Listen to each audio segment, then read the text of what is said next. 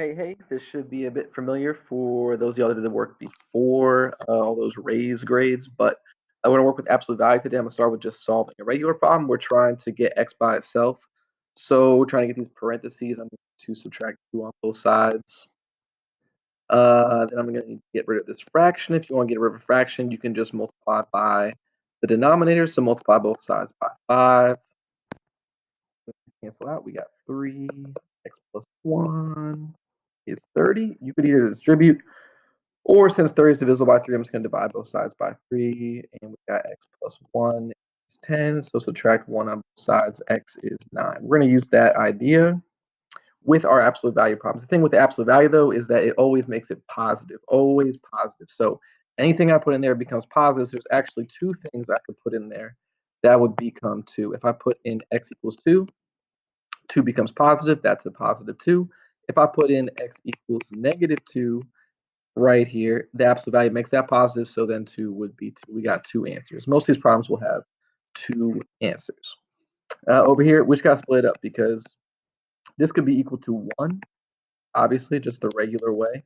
Just write out the regular way. The other way is that if the inside was equal to negative 1, that would also be a solution because you put in negative 1, make an absolute value, that becomes positive 1. So we're just going to split it up into 2 cases. This is how all the absolute value problems are going to be. X minus 4 equals 1. We're going to add 4 on both sides, so x equals 5.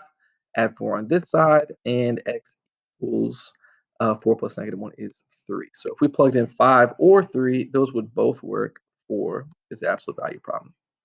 A little bit more advanced over here.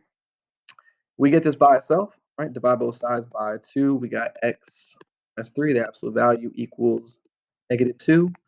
Watch out. If you've got negative on this side, remember what happens if you go to the absolute value. Absolute value makes everything positive.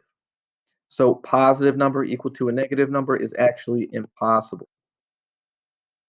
So if after you get the absolute value all by itself, you got to get this by itself first. If there's a negative on the other side, that's going to be no solution. And then we'll look at a hard problem. We got to get it by itself, so we're going to subtract 1 times 3 divided by 4. So subtract sides, trying to get the absolute value by itself. That's equal to 8.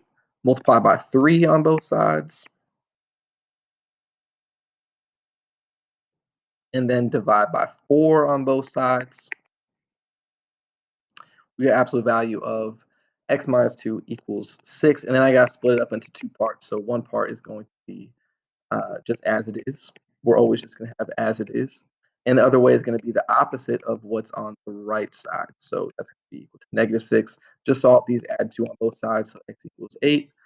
Add 2 on both sides, x equals negative 4, and there are both of your solutions. So good luck. Slow down the video. Watch it again. Ask me questions. Please ask me questions because these grades are going in the grade book. Anyway, stay safe. Miss you guys, and I'll talk to you soon. Bye.